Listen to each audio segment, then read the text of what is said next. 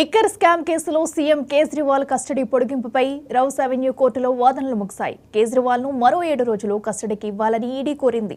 తనపై ఆరోపణలు లేకున్నా అరెస్టు చేస్తారని కేజ్రీవాల్ స్వయంగా వాదించారు. ఇరువైపులా వాదనలు విన్న జడ్జి కావేరి బవేజా తీర్పును రిజర్వ్ చేశారు.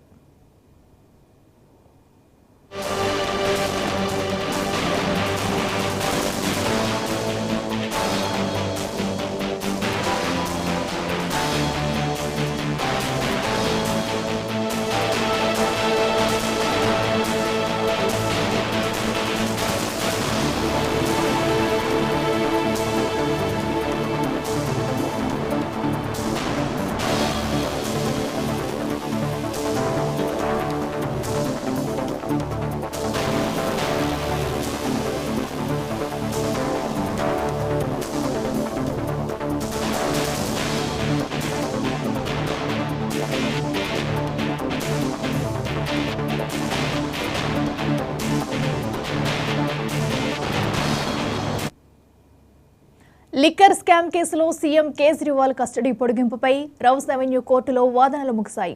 కేజ్రీవాల్ ను మరో 7 రోజులు కస్టడీకి ఇవ్వాలని ఈడీ కోరింది.